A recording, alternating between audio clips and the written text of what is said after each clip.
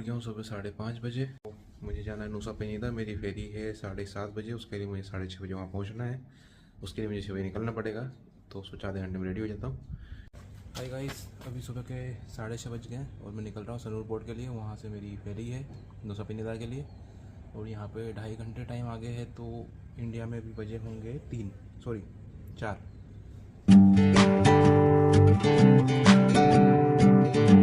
बहुत भीड़ होती है यहाँ पे। मैं एक्सिस स्टोन के सेंटर पे आया हूँ। यहाँ से मेरी टिकट है फेरी की, ये ले ली मैंने। 7:30 का टाइम था, लेकिन 7:35 से मुझे टिकट मिली अभी, क्योंकि मैं लेट हो गया था।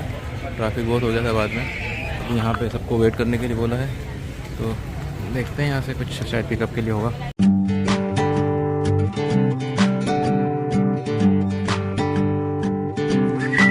यहाँ से हमें हमारी बोट मिलेगी फेरी नुसा पेनीदा के लिए। ये है मेरी बोट। ऊपर भी बैठने का, लेकिन उन्होंने बोला कि इसमें शायद अलग से एंट्री होती है। हमारी बोट स्टार्ट हो गई और पानी अंदर तक छींटे आ रहे हैं हल्के हल्के। लहरें बहुत बड़ी बड़ी आ रही है। एक तो पानी ऊपर दिखता है, फिर नीचे दिखता है। ये आइलैंड बीच में है। ये है लैम्बोंगन।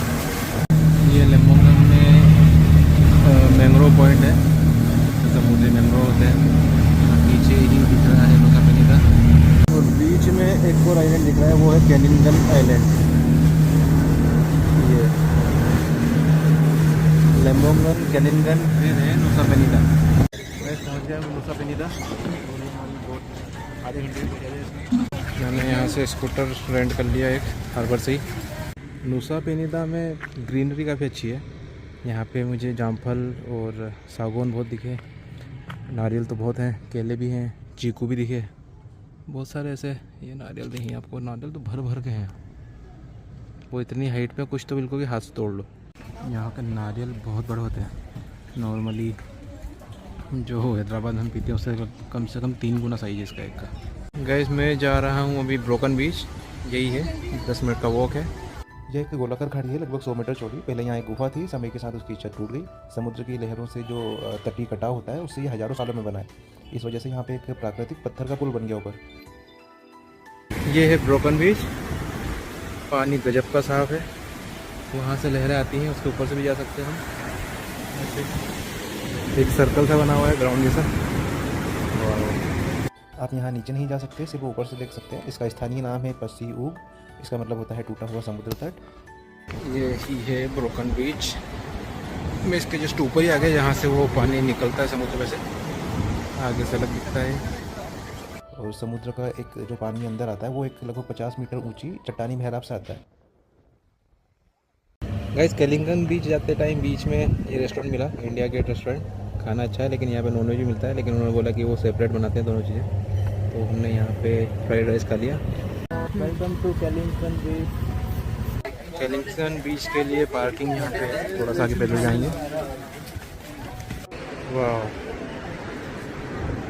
ये है कैनिंगन बीच। यहाँ लगी लाइन फोटोग्राफी के लिए। यहाँ से ऊपर एक भैया फोटो ले रहे हैं और ये है लाइन भीड़ अच्छी खासी।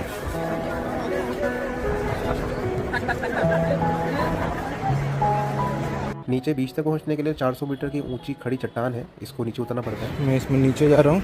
सुना बहुत टाइम लगता है, 1-2 घंटे जाने में और आने में भी 2-1 घंटे लगते हैं। असली मज़ा नीचे जाके है।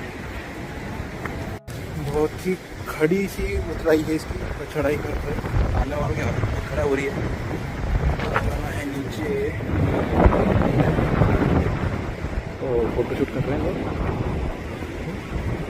अब वैसा रास्ता है जहाँ कोई रास्ता है ही नहीं। तो लग रहा है कि आज ट्रैक शूज पहन के आने थे, तब मैं चप्पल पहन के आया हूँ।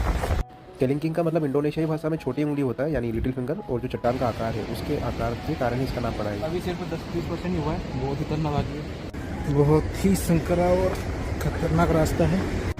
ठीक से पैर नहीं जमाए तो पैर अच्छे से मुड़ेगा इसमें।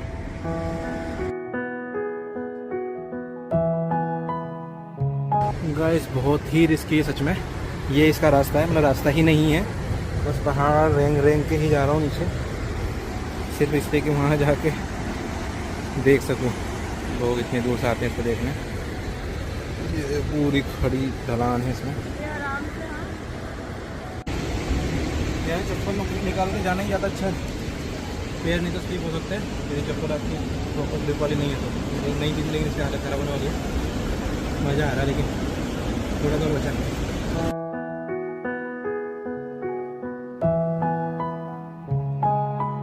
यहाँ की रेत बड़ी सॉफ्ट है क्योंकि ट्रैक करके आया हूँ तो मज़ा आ रहा है यहाँ चलने में। और यकीन मानिए ये ट्रैक छोटा ज़रूर था लेकिन जो ट्रेल बनी है इतना ईजी नहीं है चलना। बहुत कुछ जगह तो 4-5 फीट गहरा एकदम से है तो आपको पकड़ के एकदम नीचे जाना पड़ रहा है। यहाँ की सबसे खास बात है इसकी चट्टान, जो ऊपर से देखने पे टी रेक्स डायनासोर जैसी दिखती है। इसी वजह से इसको टी रेक्स बीच भी कहते हैं।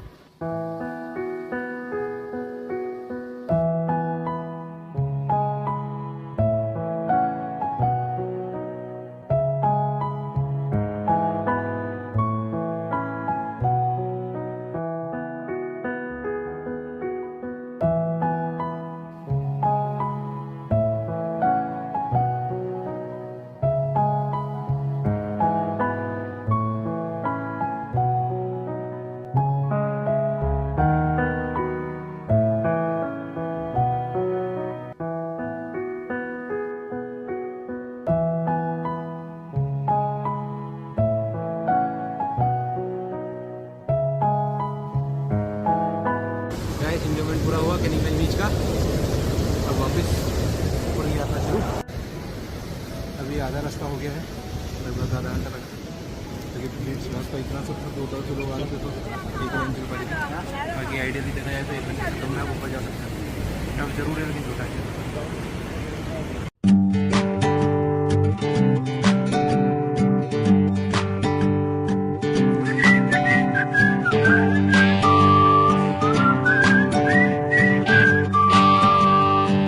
अभी हम जा रहे हैं टेम्पलिंग बीच और फॉरेस्ट। ये फॉरेस्ट तो है ही आसपास, रास्ता बड़ा संभरा है। यह क्षेत्र एक प्राचीन जंगल से घिरा हुआ है जो सदियों से लगभग अछूता था और इसकी प्रकृति आज भी वैसी है जैसी पहले थी। 5 मिनट का वॉक है नीचे जाने के लिए। नीचे नेचुरल स्विमिंग पूल है। ये जगह पर्यटकों के लिए 2010 के बाद थोड़ी ज़्यादा लोकप्रिय हुई।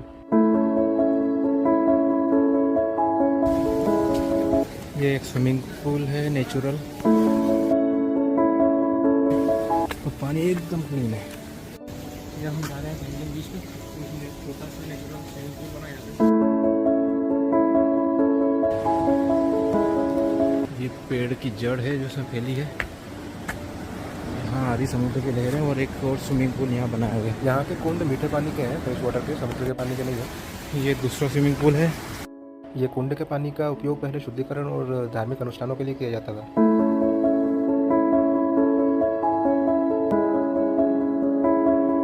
ये गुफा में से आना पड़ता है ये देखने के लिए, ये चीज़ देखने के लिए गुफा से वापस जा रहा हूँ। यहाँ ये छुपा हुआ एक छोटा बीच और है जो एक छोटी गुफा से होकर जाते हैं। यहाँ बाली में या इंडोनेशिया में अपने यहाँ के चार्जर नहीं चलते, इसके लिए आपको यूनिवर्सल चार्जर लाना पड़ेगा। ये वाला, इसको आप कनेक्ट कर सकते हो और इसमें फिर अपना नॉर्मल चार्जर लग जाता है। Guys I am enjoying in नुसा Penida. छोटा सा पूल है होटल में, मज़ा आ रहा है।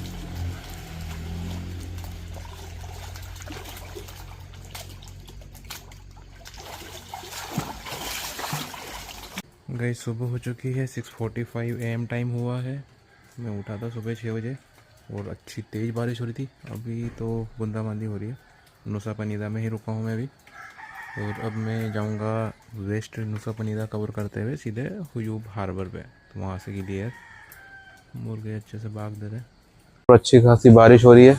मुझे अभी सुबह से जाना था नुसा वेस्ट कवर करने, लेकिन अभी शायद थोड़ा वेट करना पड़ेगा बारिश को देखते हुए, क्योंकि मेरे पास स्कूटी है, उसमें गीला हो जाऊंगा। नुसा पेनिदा बाली के पास ही स्थित एक छोटा सा आइलैंड है, मतलब बहुत छोटा तो नहीं है। नुसा पेनिदा के जो सबसे पहले लेक मिले हैं वो एक बेलंजोंग स्तंभ पे मिले हैं जो 1914 के हैं। बाली के राजा थे श्री केशरी वर्म देवा, उनका सैन्य अभियान था जो ये नुसा को जीतने के लिए उन्होंने भेजा था, उसके बारे में उल्लेख है। 17वीं शताब्दी में यहाँ पे गेलगेल राजवंश था, उसने विजय प्राप्त की थी और फिर उनका अधिकार हो गया यहाँ पे। और जो नुसा पेनिदा के अंतिम राजा थे दलेम बोंगकुट, उनकी उस युद्ध में मौत हो गई थी। उसके बाद नुसा पेनिदा बाली के जो 9 राज्य थे उसमें से क्लुंगकुंग महल का हिस्सा बन गया। क्लुंगकुंग साम्राज्य ने एक बार जो अपराधी थे, राजनीतिक विरोधी थे और जो जो भी अपराधी थे उन सबको यहाँ पे निर्वासित किया था। मतलब इसको एक तरह से काला पानी बोल सकते हैं इंडिया का, वैसे उन्होंने बना दिया था। यहाँ पे सारे अपराधियों को भेज दिया था, उनको निर्वासित कर दिया था, इसीलिए इसका एक बैंडिट आइलैंड नाम से उपनाम भी पड़ा। फिर अभी मैं आया हूँ टेलीटॉबीज हिल्स, तो मस्त से टापू से बने हुए हैं, लेकिन दिक्कत ये है कि थोड़ा सा फॉग है और बारिश बहुत तेज थी, अभी तो थोड़ी सी कम हुई है। तो मैं तो ऑलरेडी गीला हो चुका हूँ, तो इससे ज़्यादा देर यहाँ रुकूँगा नहीं। अभी जाके मुझे पोर्ट जाना है, वहाँ से निकलना पड़ेगा। बाकी व्यू आप देख सकते हो, बहुत अच्छा है यहाँ का। ज़्यादा लोग शायद आते नहीं होंगे, मुझे कोई भी यहाँ दिखा नहीं, क्या तो हो सकता है बारिश की वजह से नहीं आया हूँ। इधर नारियल की खेती भी होती है, केले नारियल सब कुछ होते हैं यहाँ पे।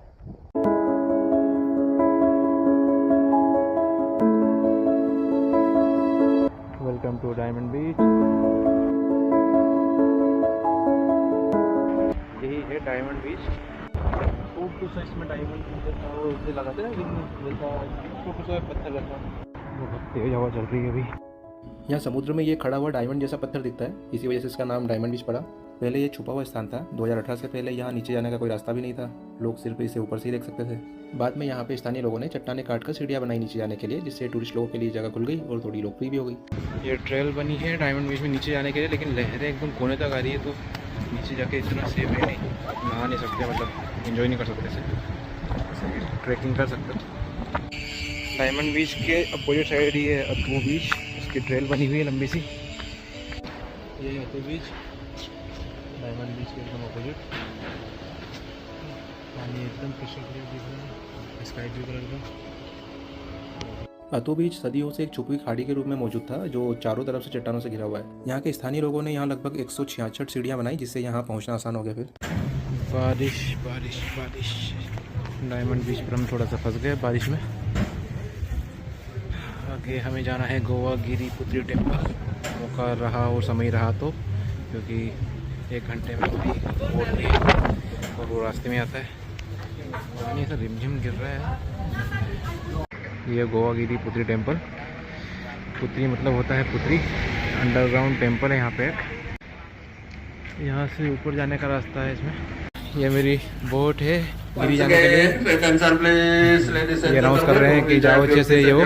तो मैं एग्जैक्ट 10:30 में पहुँचा हूँ, ये आखिरी बोट थी यहाँ जाने के लिए, नहीं मिलती तो प्रॉब्लम आ जाती है।